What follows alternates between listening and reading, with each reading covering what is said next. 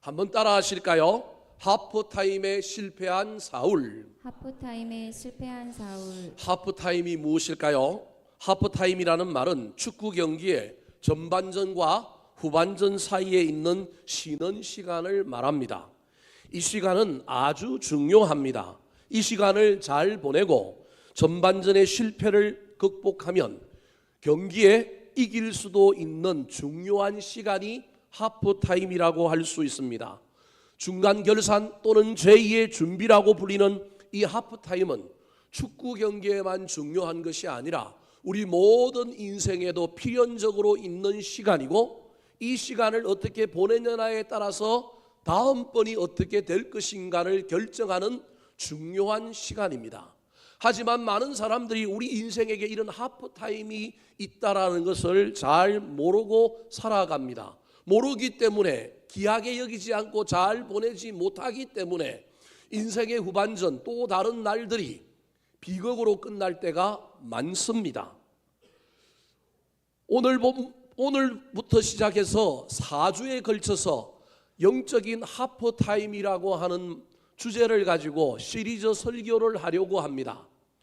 6월 마지막 주와 이번 주까지 2주, 그리고 7월이 시작되고 난 다음에 첫째 주와 둘째 주에 이 영적인 하프타임을 가지고 우리가 어떻게 올 한 해를 상반기를 마무리하고 하반기를 보내야 될까 고민을 한번 해보려고 합니다. 교회는 7월 첫째 주가 되면 맥주 감사절이라고 하는 절기를 지킵니다. 맥주라고 하는 말은 보리추수라고 하는 말입니다. 오늘날 한국 교회, 아니 한국 사회에 보리 농사 짓는 사람이 없음에도 불구하고 한국 교회는 꾸준히 맥주 감사절이라고 하는 절기를 지킵니다. 아니 보리 농사도 안 지키는데 무슨 보리 농사하고 난 다음에 그 추수 감사하는 절기를 왜 한국 교회가 지킬까요? 이유는 간단합니다. 보리 농사와 상관없이 한국 교회는 맥주 감사절을 어떤 의미로 지키고 있느냐 하면 한 해의 절반을 마감하는 가운데 되돌아보고 감사하고 한 해의 나의 삶을 되돌아보고 점검할 뿐만 아니라 또 다른 한 해의 절반에 하나님의 인도하심을 구하고 내가 온전히 잘 달려가 보겠다고 결단하는 의미로 보리 농사와 상관없이 맥주 감사절을 지킵니다. 그래서 저는 이 맥주 감사절을 하프타임 감사절이라고 저는 제 나름대로 생각하고 교회의 목회에 이걸 늘 강조하며 옵니다. 그래서 올해는 한 주, 2주 하던 걸 4주에 걸쳐서 제발 여러분이 인생의 어떤 시기 가운데 하나님이 우리에게 주시는 그 영적인 하프타임을 놓치지 말았으면 좋겠습니다. 인생의 긴 기간 동안에도 있지만 한 해라고 하는 이 기간 동안에 하나님께서 우리에게 잠시 멈춰서 지나온 6개월을 되돌아보게 만들고 또 달려가야 될 6개월을 내가 어떻게 달려가야 할까, 어떻게 준비해야 될까, 우리에게 그 은혜를 주시는데 이 은혜의 기간을 모르고 지나가는 사람도 있을 뿐만 아니라 알아도 제대로 못 지키고 지나가면 우리 인생을 아무렇게나 맡기는 꼴이 되지 않겠습니까? 오늘 이후부터 4주간의 이 설교들을 통하여 저와 여러분이 올 한 해 우리 인생을 한번 잘 돌아보고 또 새로운 한 해의 절반을 잘 맞이할 수 있었으면 좋겠습니다. 영적인 하프타임의 첫 번째 주인공은 이 영적인 하프타임을 잘 지내지 못한 사울이라고 하는 이스라엘의 초대 왕입니다. 이 왕은 자기 인생에 하프타임이 찾아온 줄도 몰랐던 왕입니다. 분명히 하프타임인데도 불구하고 이게 하프타임인 줄 모르니 뭘 해야 될지, 뭘 돌아봐야 할지, 뭘 준비해야 될지 전혀 생각하지도 못하고 대응하지도 못하는 바람에 이 사울 왕은 이 사건 이후로, 오늘 본문 말씀 이후로 그의 인생이 변곡점, 분기점에 올랐다가 이제는 실패함으로 나락으로 떨어지는 시작이 진행됩니다. 사랑하는 성도 여러분, 사울 왕은 꽤 괜찮은 왕이었습니다. 겸손한 왕이었습니다. 사울이 하나님의 명령을 받아서 이스라엘의 첫 번째 왕을 선택했는데 얼마나 잘 골랐겠습니까? 이스라엘 지파 중에 가장 막내였던 베냐민 지파, 그 베냐민 지파에서도 가장 겸손한 사람, 그 한 사람을 골라서 왕으로 세운 겁니다. 시작이 창대했습니다. 꽤 괜찮은 왕이었습니다. 그 왕 덕분에 나라는 독립을 하게 되었고 나라의 구색을 갖추었습니다. 키도 얼마나 크고 외모도 얼마나 출중했던지 많은 사람들이 흠모할 정도였습니다. 그가 전쟁에 나가면 예전과 다르게 이기고 돌아와서 나라의 국력이 기반을 닦고 조금씩 모양을 갖추어 가고 있던 때가 오늘 본문의 이야기라고 할 수 있습니다. 그는 겸손하여서 앞을 잘 나서지 않고 하나님 면전에서 뒤로 숨을 정도로 그의 첫 시작은 괜찮았습니다. 그런데 나라가 만들어지기 시작했고 그의 왕위가 계속되어가는 어느 순간부터 그의 삶이, 그의 영적인 상태가 변해가기 시작했습니다. 하늘에서 보고 계셨던 우리 하나님이 그가 변하여 비극적인 인생으로 실패로 끝날까 봐 우리 사울 왕을 향하여 하프타임을 좀 펼쳐야 되겠다. 그에게 시간을 주고 다시금 정비하여 나락으로 떨어지는 것이 아니라 뒤로 가는 것이 아니라 앞으로 가게 했으면 좋겠다라고 하는 생각 속에 사무엘이라고 하는 선지자를 통하여 이 사울은 깨닫지 못했지만 영적인 하프타임을 시작한 이야기가 오늘 본문 말씀이라고 할 수 있습니다. 사랑하는 성도 여러분, 오늘 본문 말씀을 통하여 우리는 사울처럼 자기에게 찾아온 하프타임을 깨닫지 못하여 그럭저럭 대응하여 실패로 끝나는 인생이 되지 말았으면 좋겠습니다. 한 해 가운데서도 이 시기가 영적인 하프타임이라고 하는 것을 잘 깨닫고 훈련함으로 인생의 긴 시기 가운데서도 하나님이 사람을 보내고 찾아오셔서 내 인생을 정비하고 내 인생의 새로운 길을 걸어가게 만들어주신 하프타임이 있다는 것을 깨달아서 그때 사울과 달리 잘 대응하고 잘 준비하는 저와 여러분이 되었으면 좋겠습니다. 자, 그렇다면 사울은 왜 이 하프타임을 깨닫지도 못하고 실패했을까요? 하프타임을 실패한 사울에게는 그 삶을 이어오기 전부터, 이 하프타임에 이르기 전부터 그에게 있었던 영적인 잘못된 습관들이 있었는데 이 습관들을 정리하고 성령의 불로 태우고 새로운 마음과 새로운 자세로 나아가야 하는데 그러지 못했기 때문에 여전히 과거에 있었던 걸 그대로 가지고 통과했기 때문에 인생의 변화가 일어나지 않는 겁니다. 하나님은 인생의 변화를 일으키시는 분인데 때로는 하나님께서 우리와 상관없이 인생의 변화도 일으키지만 많은 경우에 그 변화는 너의 변화로부터 시작한다. 네가 변하면 너의 인생이 변할 것이다 라고 말씀하십니다.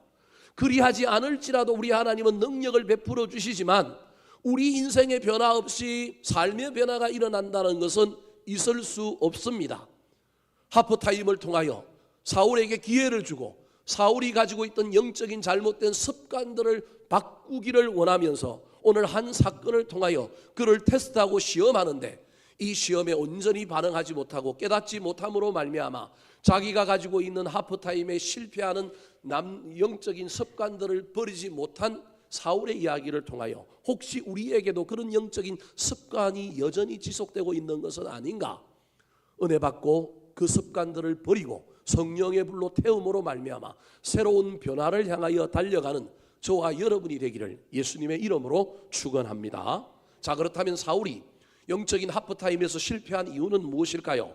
그가 어떤 습관을 계속 유지하고 있었기에 그는 삶의 변화, 인생의 또 다른 오르막을 향하여 올라가지 못했을까요? 따라 하시겠습니다. 순종 대신에 취사 선택했습니다. 순종 대신에 취사 선택했습니다. 영적인 하프타임이 찾아왔을 때 저와 여러분이 해야 할 일은 내 인생을, 내 삶을 돌아보는 가운데 나에게 순종이 있는가 없는가를 점검해 봐야 합니다. 대체로 우리는 순종한다고 하는데 알고 보면 순종이 아니라 온전한 순종이 아니라 부분 순종, 취사 선택하여 할 만한 것만 하고 내가 좋아하는 것만 해놓고 나는 믿음이 좋다, 나는 영적으로 문제가 없다, 나는 순종했다고 저와 여러분은 허위의식에 빠져서 살아갈 때가 많습니다. 그것으로는 인생이 변하지 않는데 나는 내 신앙이 좋다고 나는 여전히 하나님께 순종하고 있다고 생각하여 내 삶을 바꾸지 못합니다. 그 사람이 누구냐 하면 사울이었던 겁니다. 하나님은 이 영적인 하프타임에 이 사울에게 그걸 가르쳐주고 부분 순종에서 무엇으로 바뀌기를 원했느냐 하면 온전한 순종의 사람으로 바뀌기를 원했습니다. 그러면 나락이 아니라 실패가 아니라 다시금 밑바닥을 치고 올라가는 이스라엘의 위대한 왕으로 삼아 주셨을 것입니다. 하프타임이 찾아온 줄도 모르는 이 사울에게 하나님은 사무엘 선지자를 통하여 하프타임의 제1주제 순종에 대하여 도전하셨습니다. 1절 말씀 같이 한번 읽어볼까요? 시작. 사무엘이 사울에게 이르되 여호와께서 나를 보내어 왕에게 기름을 부어 그의 백성 이스라엘 위에 왕으로 삼으셨은즉 이제 왕은 여호와의 말씀을 들으소서. 이제 왕은 여호와의 말씀을 들으소서. 지금까지 왕 삼고 왕으로 역할을 하는 가운데 본인은 순종하며 산다고 여겼지만 하나님이 보시기에 너의 순종은 부분 순종이다. 그것으로 어찌 계속 살려고 하느냐? 성장해야 되지 않겠느냐? 사울아 사울아 이제 부분 순종이 아니라 온전한 순종으로 나아오라. 그러면서 사무엘 선지자를 통하여 이제부터는 왕은 여호와의 말씀을 모아소서 들어서서 도전하고 있는 것입니다. 신앙의 기본은 말씀을 듣는 것입니다. 하나님을 믿는 믿음의 사람은 자기 생각대로 사는 사람이 아니라 하나님의 말씀을 듣고 귀로만 듣는 것이 아니라 마음으로 듣고 여기에서 공명이 일어나서 귀로 들으면 이쪽 귀로 나가버리지만 들은 말씀이 내 마음에서 공명을 일으키면 그 말씀이 때로는 나를 부담스럽게 하고 나를 불편하게 하고 나를 찔러 쪼갤지라도 하나님의 말씀이라고 한다면 온전히 순종하게 만듭니다. 그런데 우리는 여기서 걸러냅니다. 들을 만한 것만 아래로, 힘든 것은, 부담스러운 것은 이쪽으로 보내버리려고 하는 습성이 누구한테 있느냐 하면 저와 여러분에게 있는 겁니다. 사울의 문제가 지금 여기에 있는 겁니다. 그래서 하나님께서 이번에는 그러지 말고 이 영적인 하프타임을 통하여 내가 너를 테스트하려고 하는데 이 테스트를 통과하여 싫은 말씀도 부담되는 말씀도 순종은 그런 거야. 할 만한 것만 하는 게 순종이 아니라 억울한 것도 손해보는 것도 힘드는 것도 하는 거라고 알려주고 싶었던 것입니다. 그래서 구체적인 순종에 대한 내용을 사무엘 선지자를 통하여 사울에게 선포하였습니다. 2절과 3절 말씀입니다. 같이 읽어볼까요? 시작. 만군의 여호와께서 이같이 말씀하시기를 아말렉이 이스라엘에게 행한 일 곧 애굽에서 나올 때 길에서 대적한 일로 내가 그들을 벌하노니 지금 가서 아말렉을 쳐서 그들의 모든 소유를 남기지 말고 진멸하되 남녀와 소아와 젖먹는 아이와 우양과 낙타와 나귀를 죽이라 하셨나이다 하니. 영적인 하프타임에서 하나님께서 사울에게 시험하고 있는 온전한 순종의 내용은 아말렉이라고 하는 나라와 전쟁을 하여 그들의 모든 소유를 남기지 말고 뭐 하라고요? 진멸하라는 겁니다. 진멸이라고 하는 단어는 히브리어로 헤렘이라고 하는 말인데 불태워 죄를 남기다 없애다라고 하는 말입니다. 헤렘은 뭐와 관련이 있느냐 하면 이스라엘의 7대 제사 중에 5대 제사 중에 번제와 관련이 있습니다. 번제의 제물은 태워서 죄를 남기고 뭐를 올리느냐 하면 연기를 올리는 겁니다. 남는 게 없습니다. 무슨 말이냐면 번제의 제물은 누구 것이냐면 하나님 것이라는 겁니다. 지금 하나님 것이니 남기지 말라는 겁니다. 내가 다 가지겠다는 겁니다. 욕심의 의미가 아니라 아말렉이라고 하는 국가가 더 이상 이 나라에 존재할 이유가 없다는 겁니다. 왜 그렇게 오늘날 보기에 좀 무리하고 좀 비극적인 일을 이 아말렉에게 하시려고 하느냐 하면 이스라엘 백성들이 모세가 지도자가 되어서 출애굽할 때 저 2절에 보면 애굽에서 나올 때에 이 무방비 상태로 200만 명 이상의 사람들이 광야의 길을 헤매고 있을 때 칼로 무장한 아말렉 군대가 애굽에서 나온 사람들이 은금 패물을 많이 받아 나왔단 말이에요. 그 소문을 듣고 욕심이 나서 그걸 가지 심산으로 비무장한 민간인들을 공격한 사건이 아말렉의 사건이었습니다. 이때 하나님께서 모세에게 명령하여 여호수아를 군대 장군으로 삼아 전쟁하게 했는데 그때 이스라엘에게 칼은 누구밖에 없었느냐 하면 여호수아밖에 없었습니다. 나머지 일반 백성들은 전쟁을 걸어오니 어쩔 수 없이 전쟁해야 되니까 무기가 없어서 우리로 치면 삽, 꽃갱이, 낫, 호미 들고 나간 겁니다. 게임이 될까요? 정규 군대와 무기가 좋은 군대와 민간인과 싸우는데 게임이 안 되지 않습니까? 그래서 하나님께서는 모세에게 명하여 노포산에 올라가서 손을 들고 뭐하라고요? 기도하라고 합니다. 손을 들고 기도하면 이스라엘이 이기고 손을 내리면 이스라엘이 졌던 전쟁이 바로 저 전쟁입니다. 저 때 우리 하나님께서 나그네를 대접하고 길 가는 민간인들을 잘 후히 대접해서 갈 길을 열어줘야 될 저 아말렉이 길을 막고 공격했던 저 비인도적인 사건을 기억하고 있다가 이스라엘이 나라를 이제는 세우고 어느 정도 국격이 괜찮아졌을 때 사울 왕에게 저 나라를 심판하라는 겁니다. 오늘날의 관점으로 보면 너무 심한 것 같지만 저 시대에는 저런 문화들이 있었기 때문에 하나님은 아말렉의 범죄로 말미암아 아말렉이 내 것이니 털끝 하나 노획물 건드리지 말고 나에게 번제물로 올려라 라고 하는 명령을 하신 겁니다. 이 명령을 통하여 사울이 온전히 순종하는지 안 하는지를 테스트해 보려고 하는 겁니다. 그동안 너의 삶이 겸손하기는 했는데 너의 삶이 부분 순종이었는데 너의 왕정 위기가 더 멋지고 아름다우려면 부분 순종으로는 안 되고 부분 순종은 불순종보다 나쁘다는 겁니다. 왜냐하면 불순종은 하나님께 징계를 받을 때 그래도 자기가 잘못한 것이 있으니 깨닫고 돌아올 수는 있지만 부분 순종한 사람은 절대 자기가 잘못했다고 생각하지 않고 잘했다고 생각합니다. 뭘 했다고 생각하느냐 하면 순종을 했다고 생각하기 때문에 돌이키고 돌아오고 은혜 받을 길이 훨씬 더 멀기 때문에 사실은 불순종보다 영적으로는 부분 순종이 훨씬 더 위험한 것입니다. 그거 가지고는 또 다른 왕정의 이기 시대를 열어갈 수 없는데 이 사울에게 여전히 그 모습이 있는 것을 보고 부분 순종에서 온전한 순종으로 바꾸려고 아말렉이라고 하는 군대와 전쟁하여 이번에 그들을 다 썰어버리고 다 불태워서 죄로 만들라는 이야기입니다. 여러분 이때 사울이 어떻게 했을까요? 8절 9절 같이 한번 읽어볼까요? 시작. 아말렉 사람의 왕 아각을 사로잡고 칼날로 그의 모든 백성을 진멸하였으되 사울과 백성이 아각과 그의 양과 소의 가장 좋은 것 또는 기름진 것과 어린 양과 모든 좋은 것을 남기고 진멸하기를 즐겨 아니하고 가치 없고 하찮은 것은 진멸하니라. 그동안 살아왔던 삶이 부분 순종이었습니다.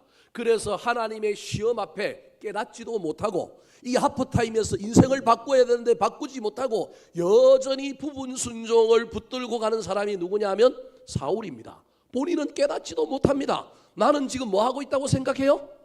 순종하고 있다고 생각합니다. 8절에 보니까 아말렉 사람의 왕 아각을 사로잡고 칼날로 그의 모든 백성을 진멸한 겁니다. 백성을 죽이라 그랬으니 백성은 죽였으니 하나 아각 하나 남긴 것 자기 생각에는 이게 부분 순종이요? 불순종이라고 생각하지 않는 겁니다. 한 명 남긴 거 그게 뭐가 문제냐는 거예요. 왜 아각이라고 하는 왕을 남겼을까요?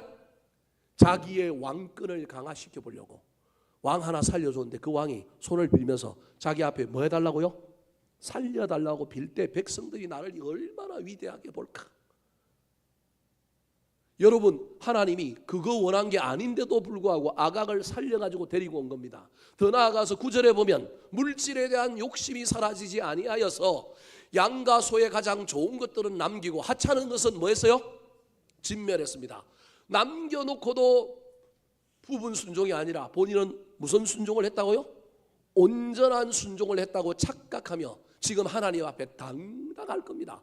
지금 하나님 앞에 정말로 자기 신앙이 좋다는 생각으로 앉아 있을 것입니다. 왕정 1기는 그것으로 가능하지만 2기는 성장해야 되지 않겠습니까? 성숙해야 되지 않겠습니까? 이전까지 저와 여러분이 떡 먹고 배부른 까닭에 예수 믿을 수 있고요.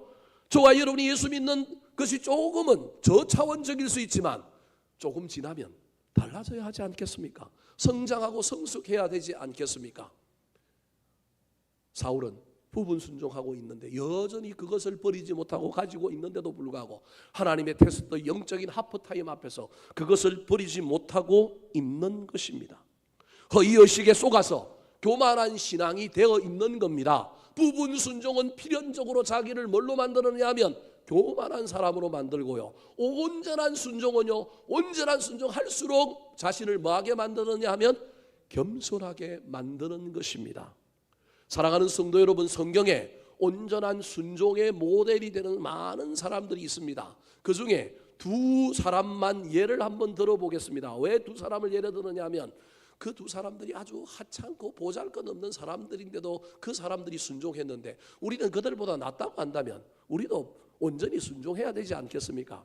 첫 번째 온전한 순종의 주인공이 누구냐면 갈릴리 가나 혼인잔치에서 예수님께서 물로 포도주를 만들 때 그 포도주에 물을 채우라고 명령받은 하인들입니다.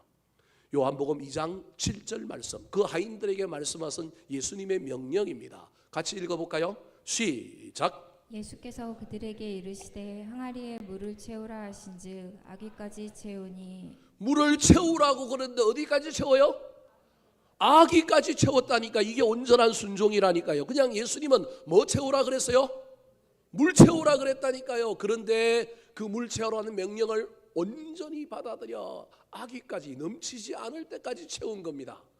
여러분, 저 하인들이 뭐 좋다고 저렇게 했겠습니까? 하인들의 입장에 한번 되어 보실래요? 포도주가 떨어졌는데 갑자기 포도주 문제를 해결하려고 예수라는 분이 나서갖고 자기들한테 명령을 하는데 그 명령의 내용이 자신들이 생각하기에 영 언짢아요.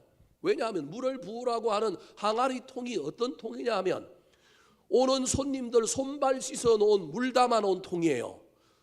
정결과 위생의 관점에서 보면 그걸 가지고 포도주 만들면 돼요, 안 돼요?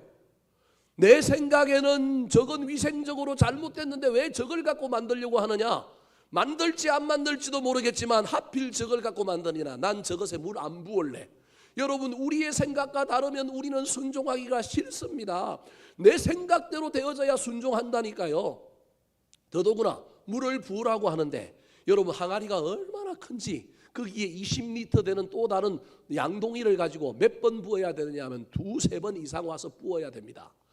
그것도 그냥 적당하게 부을 때 두세 번인데 아기까지 부으려면 몇 번 와야 되느냐 하면 4번 정도 와야 됩니다. 근데 그 항아리가 하나만 있는 게 아니라 여러 통이 있습니다. 번거롭고 힘들고 귀찮습니다. 순종해도 어떻게 순종할 가능성이 많으냐 하면 적당히 항아리가 높아서 보여요, 안 보여요? 안 보이니 적당히 부을 수도 있습니다. 그런데도 불구하고 여러분, 이 하인들이 물을 부으라고 하는 단순한 예수님의 명령에 어디까지 순종했느냐 하면 아기까지 부었습니다.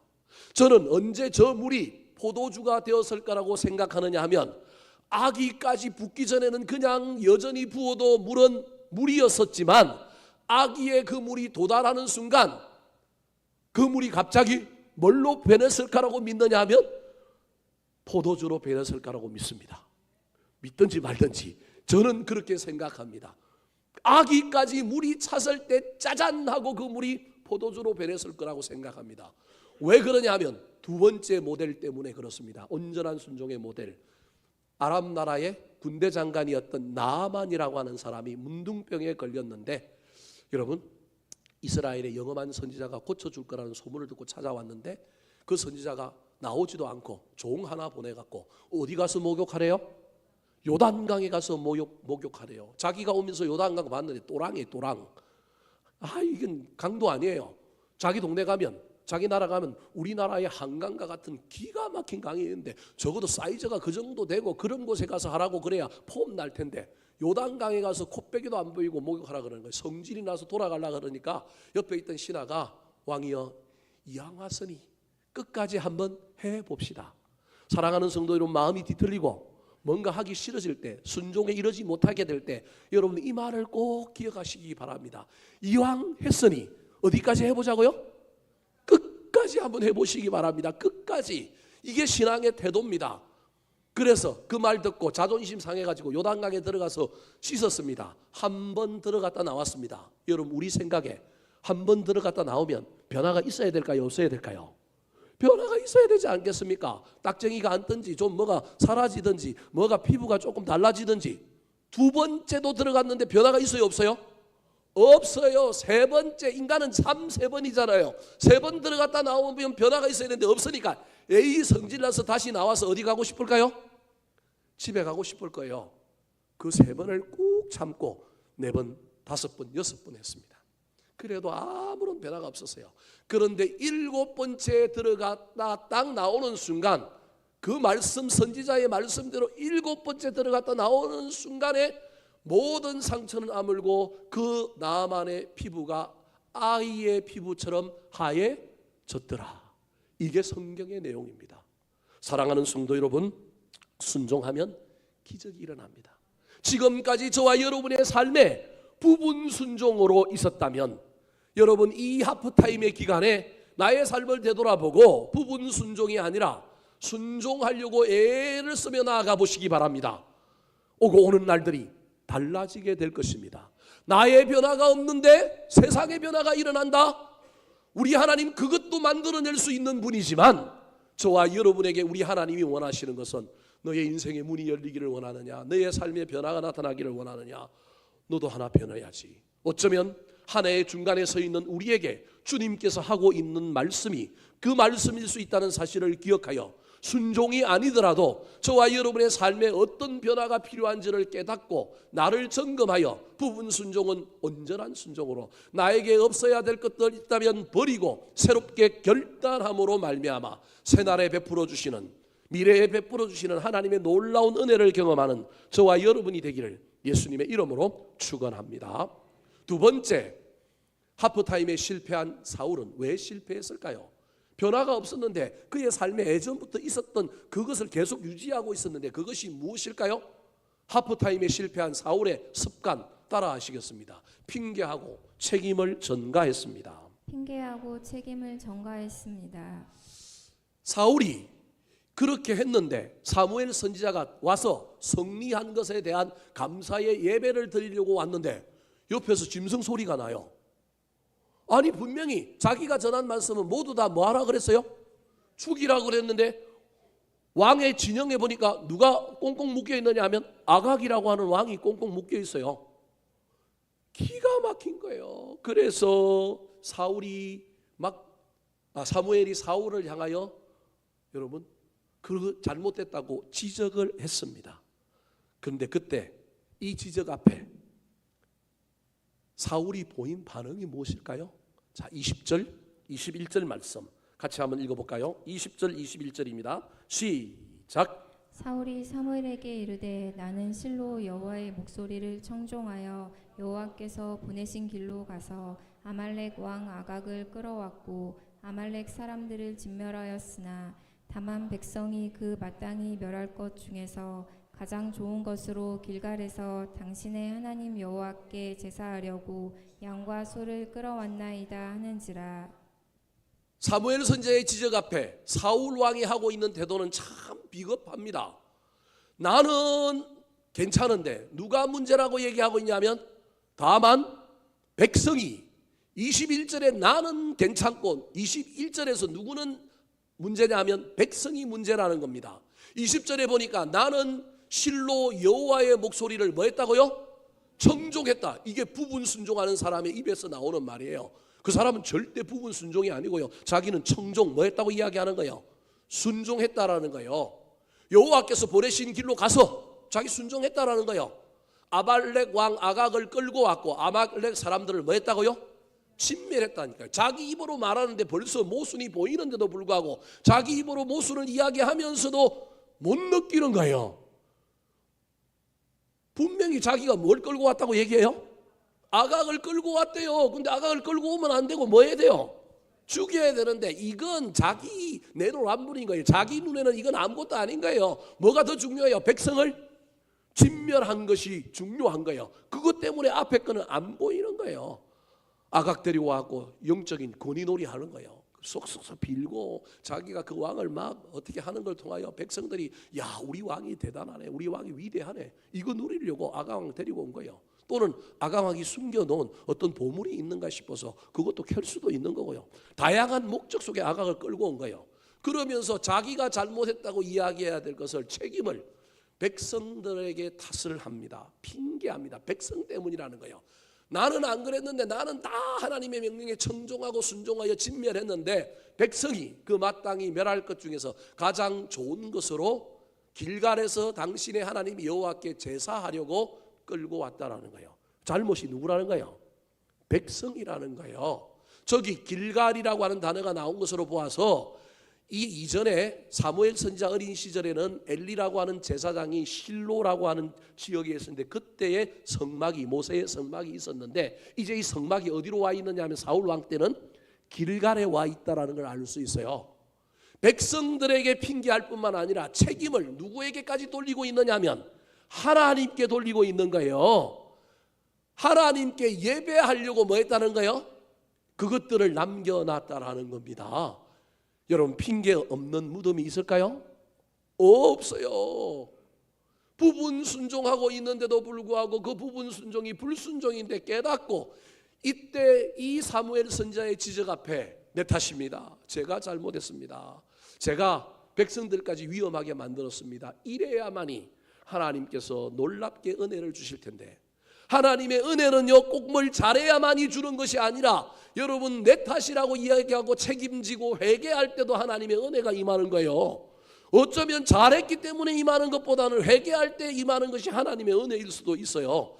이때 사울이 납작 엎드려서 제가 교만했습니다. 제가 생각이 짧았습니다. 이랬으면 얼마나 좋을까요? 그런데요 백성들 탓하고요 심지어 책임을 누구에게까지 전가하느냐 하면 하나님께 전가하는 거예요. 왜 그럴까요? 여러분 잘 기억하셔야 됩니다. 사울이 인격이 모자라서요? 사울이 믿음이 없었어요? 아니에요. 이건 유전적으로 저와 여러분에게 있는 마음입니다. 우리 인간의 DNA 속에는 무슨 일 앞에 나는 책임을 회피하고 싶고 나는 뒤로 빠지면서 누군가 희생을 양을 만들고 누군가를 탓하고자 하는 DNA가 누구한테 있다고요? 나한테 있는 거예요. 누구 때부터 그게 있었다고요? 아담과 하와 때부터 있었던 DNA가 저와 여러분에게 있는 거예요. 이거는요 예외가 없어요. 어떤 그 사람의 인격 때문이 아니라 우리에게 있는 거예요. 그래서 저와 여러분이 어떤 실패 앞에 어떤 벌어진 문제 앞에 우리는 이 DNA가 나올 수 있다는 사실을 기억하여 원망이 나오고 불평이 나오고 책임 전가가 나오려고 할 때 합주기가 돼야 돼요. 빨리 입을 뭐 해야 돼요? 다물어야 돼요. 그래서 이걸 내려야 돼. 내리고 난 다음에 하나님 앞에 겸손히 나아가 내 탓입니다. 내가 잘못했습니다. 여러분 그때 하나님이 역전시켜 주실 거예요. 마귀는요 네 탓이라 그러면 큰일 난다. 책임지면 너 걷잡을 수 없다 그렇게 얘기합니다. 근데 성경은 그렇지 않습니다. 여러분 책임져야 합니다. 십자가 져야 합니다. 십자가 지고 가면 그 무거운 짐 내려놓게 해주시고요. 우리 하나님이 그 속에서 우리를 부활로 만들어 주실 거라는 거예요. 창세기 3장 12절 13절 말씀 시작. 아담이 이르되 하나님이 주셔서 나와 함께 있게 하신 여자 그가 그 나무 열매를 내게 주므로 내가 먹었나이다. 여호와 하나님이 여자에게 이르시되 내가 어찌하여 이렇게 하였느냐. 여자가 이르되 뱀이 나를 꿰므로 내가 먹었나이다. 인류의 조상 아담에게 너 왜 선악과 따먹냐 그랬더니 아담이 제가 가장으로서 가정을 잘 못 돌봐서 그랬습니다. 죄송합니다. 그런 게 아니라 누가 그랬다고요? 저 여자는 거예요. 여자 그가. 아내도 아니고 뭐라고요? 여자 그가. 그러면서 또 앞에다 사족을 붙여놨어요. 뭐라고 붙여놨어요? 하나님께서 주셔서 나와 함께 있게 하신 여자 그가. 그럼 책임은 궁극적인 책임은 여자보다도 누구에게 있다라는 거예요? 하나님이 그랬다라는 거예요. 여러분 하나님이 그런 게 아니잖아요. 내가 했잖아요. 자유의지가 나한테 있잖아요. 하나님 너무 기가 막혀서 저 아담은 상종을 못하겠어. 그래서 혹시 하와라도 좀 정신을 차렸을까 봐 하와한테 물어봅니다. 넌 왜 그러느냐 그랬더니 뭐라고 얘기해요? 뱀이 나를 꼬셔가 그랬다는 거예요. 여러분 저 두 사람의 이야기 속에 사실이 없는 게 아니고 사실이 있다니까요. 다 사실이에요. 뱀이 하와를 꼬셨어요 안 꼬셨어요? 꼬셨다니까. 이게 사실이잖아요. 여러분 명분을 만들고 핑계를 만들고 구실을 만든 사람이요 거짓말로 지어내는 경우도 들어있지만요 대체로 사실에 기반합니다. 근데 그 사실은 해석한 사실이에요. 진짜 사실이 아니에요. 여러분 깨면 넘어가야 돼요 안 넘어가야 돼요? 안 넘어가야 될 책임이 나한테 있는데 그 책임에 대해서는 이야기하지 않고 깨인 것에 대해서 이야기하는 거예요.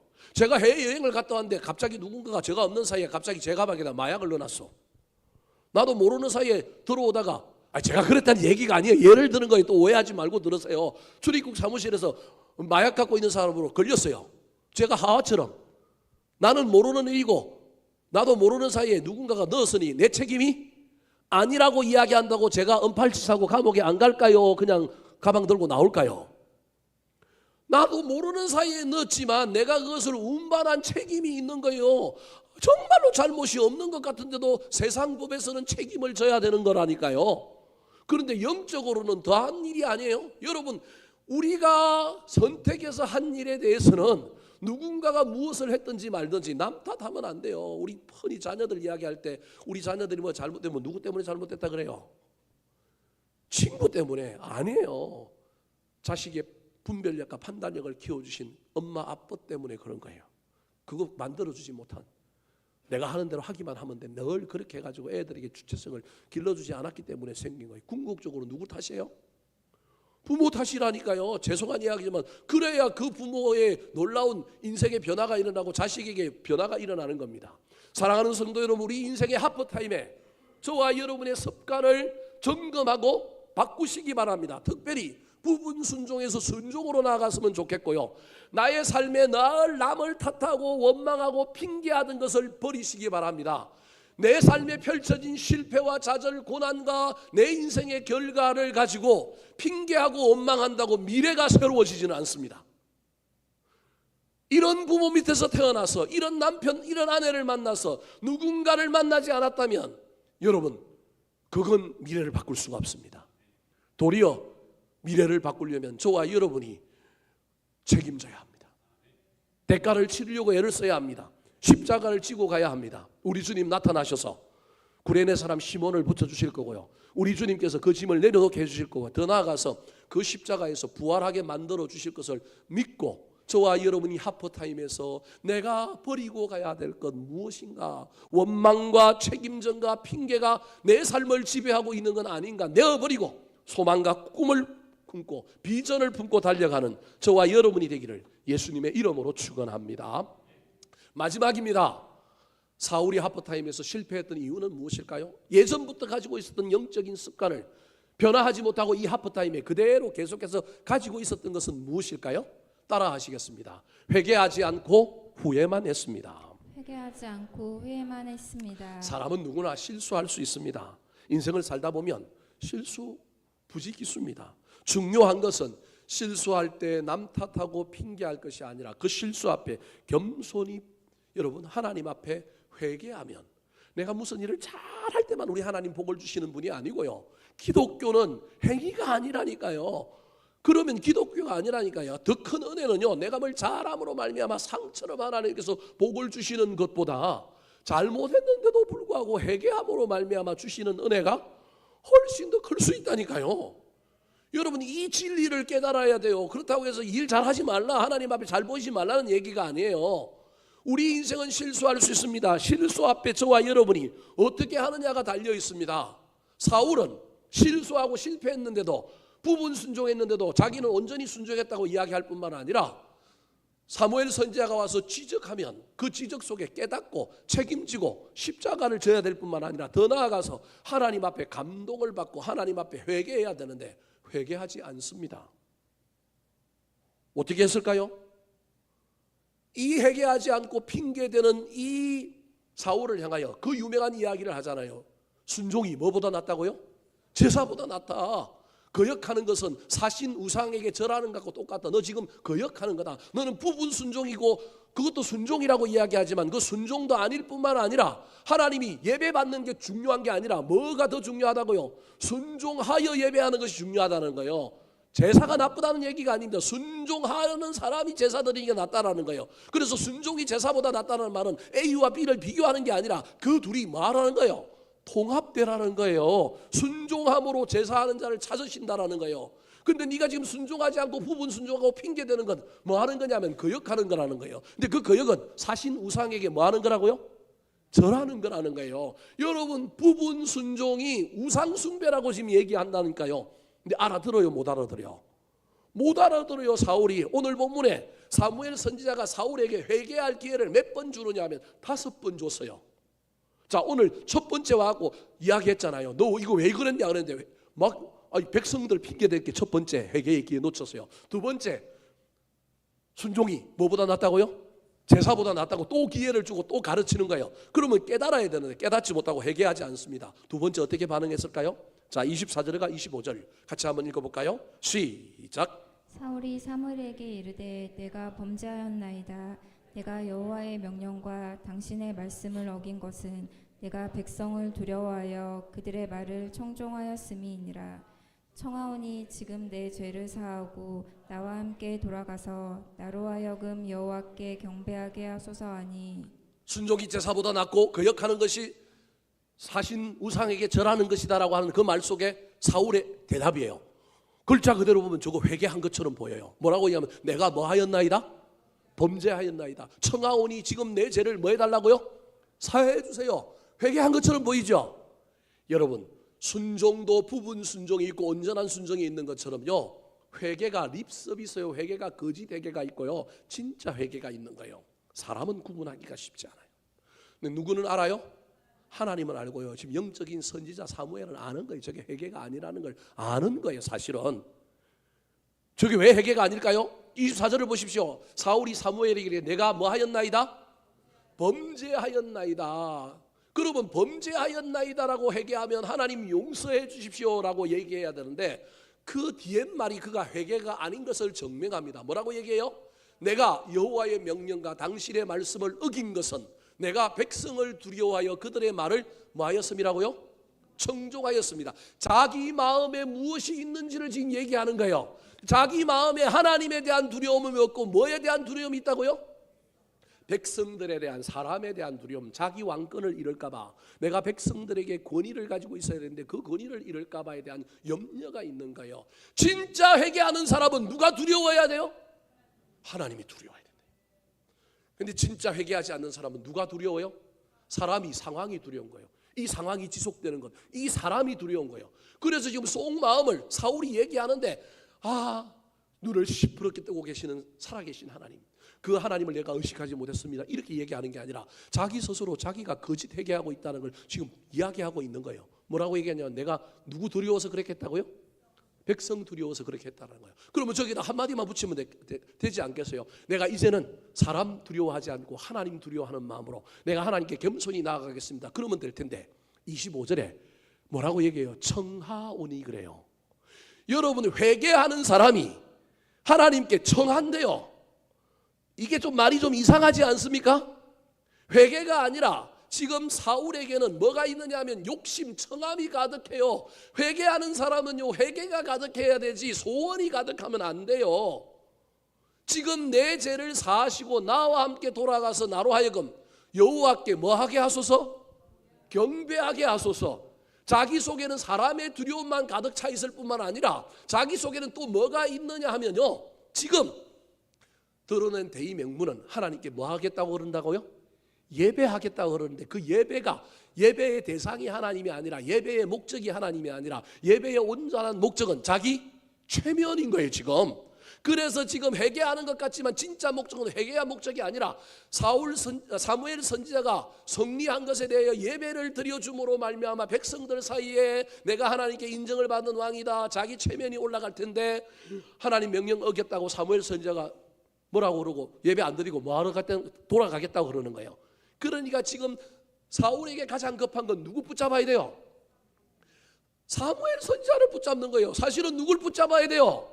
하나님을 붙잡아야 되는데 사람 붙잡는 거예요. 사무엘 선지자를 붙잡는 거예요. 붙잡는 목적은 자기 입으로는 경배, 예배라고 얘기하지만 실제로 예배가 아니라, 예배에는 예배의 대상이 주인이어야 되지 않아요? 그런데 그 예배의 목적은 하나님이 아니에요. 그 예배는 자기 체면을 유지하는 거예요. 백성들에게 자기가 인기를 계속 유지하는 거예요. 그래서 그가 지금 회개하고 있지만 회개하고 있는 내용 속에 진짜 회개는 없고 뭐가 있느냐 하면 청하오니, 욕심만이 있는 거예요. 여러분, 이걸 인간은 잘 모를 수 있지만 하나님은 알 뿐만 아니라 영적인 선지자 사무엘이 알까요? 모를까요? 안 거예요. 이것 봐라, 두 번째 기회도 놓치네. 회개해야 되는데 회개 안 하네. 그러니까 사무엘 선지자가 뭐라고 얘기했을까요? 진정한 회개가 아니라 체면 때문에 립서비스를 하고 눈 가리고 아웅하는 이 사울을 향하여 엄청난 메시지를 선포합니다. 26절, 27절 말씀 시작. 사무엘이 그에게 이르되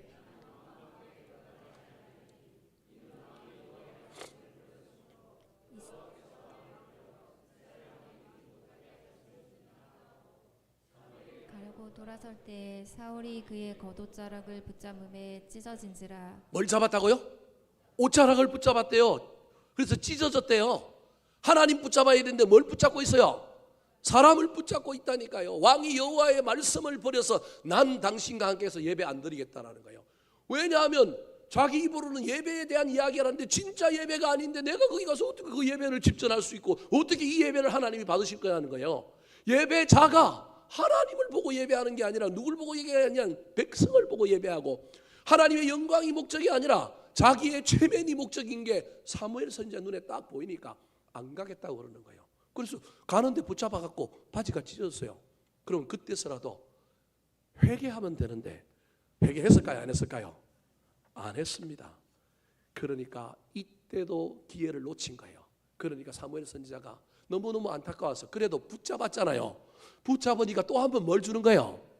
기회를 또 준 거예요. 자, 28절, 29절 같이 한번 읽어볼까요? 시작. 사무엘이 그에게 이르되 여호와께서 오늘 이스라엘 나라를 왕에게서 떼어 왕보다 나은 왕의 이웃에게 주셨나이다.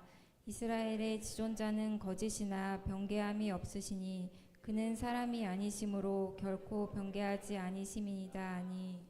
사무엘 선지자가 영적인 사울의 상태를 분명히 하는 거예요. 이 사람은 하나님께 영광, 하나님도 아니고요, 오로지 자기 왕권 유지라는 거예요. 그것 때문에 백성 두려워하는 거예요. 하나님 두려워하지 않고 자기 체면, 자기 권위가 중요하다는 거예요. 그래서 전곡을 찌르고 사무엘 선지자가 사울한테 이야기하니까 그렇게 왕권이 그렇게 중요해? 하나님이 왕권, 왕의 이웃에게 주겠다는, 그 왕의 이웃이 누구예요? 다윗에게 주겠다라는 거예요. 그러니까 거침없이 얘기하는 거예요. 제일 마지막 자기가 가장 소중히 여기는 왕권까지도 하나님이 이제 빼앗는다고 얘기하면 그때서라도 눈물을 펑펑 흘리고 후회할까 봐 이야기하는 거예요. 그러면서 29절에는 하나님은 절대 거짓말하는 사람도 아니고요, 변하는 막 손을 뒤집는 사람도 아니다. 그러니 이 말씀은 반드시 이루어질 거다. 그 말은 소용이 없다라는 얘기예요. 지금이라도 뭐 하라는 얘기예요? 지금이라도 뭐 하라고요? 회개하라는 얘기예요. 네 번째, 회개의 기회가 주어졌는데 또 회개했을까요? 안 합니다. 어떻게 했을까요? 30절 같이 한번 읽어볼까요? 시작. 사울이 이르되 내가 범죄하였을지라도 이제 청하옵나니 내 백성의 장로들 앞과 이스라엘 앞에서 나를 높이사 나와 함께 돌아가서 내가 당신의 하나님 여호와께 경배하게 하소서 하더라. 여러분 저 30절을 잘 보세요. 좋은 말은 다 나와 있어요. 내가 뭐 했다고요?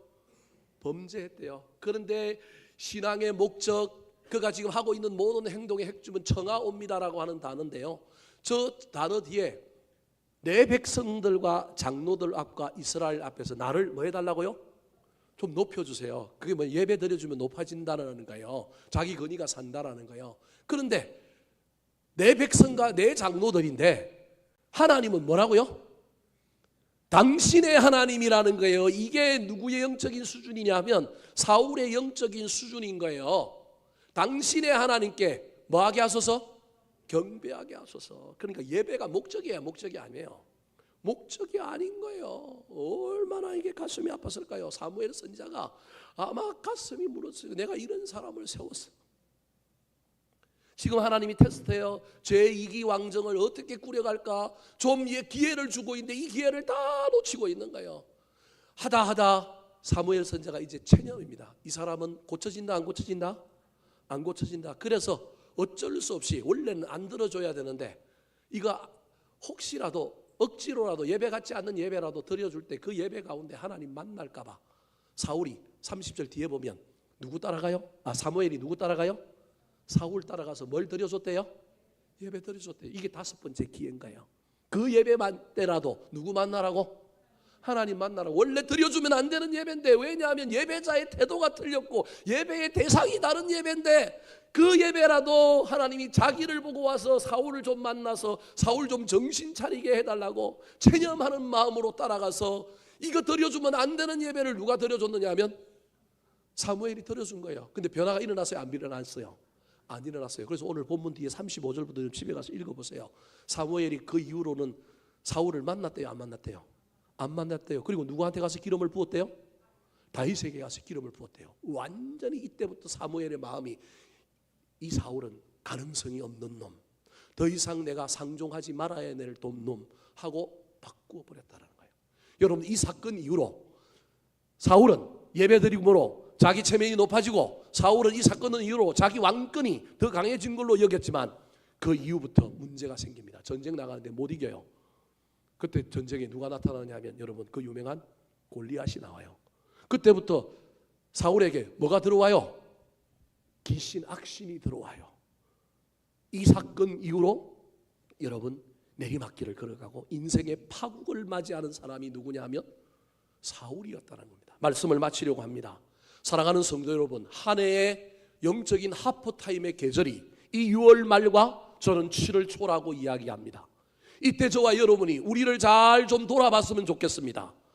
6개월을 살아오는 동안에 베풀으신 하나님의 은혜가 무엇인지도 점검하고, 여전히 나에게 변하지 않고 계속되고 있는 영적인 나쁜 습관들은 무엇인지를 잘 살펴보고 버리고 태웠으면 좋겠습니다. 부분 순종은 버리고 순종으로 나아갈 뿐만 아니라, 원망하고 불평하고 남 탓하고 책임 전가하는 건 버리고 여러분, 다른 걸 붙들었으면 좋겠습니다.